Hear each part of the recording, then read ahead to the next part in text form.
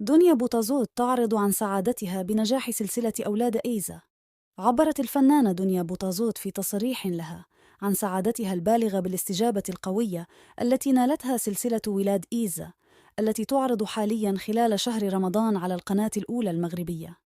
وأكدت بوتازوت أن هذا التفاعل الكبير يعكس تقدير الجمهور للعمل الفني والجهود المبذولة من قبل الفريق الإنتاجي والفني.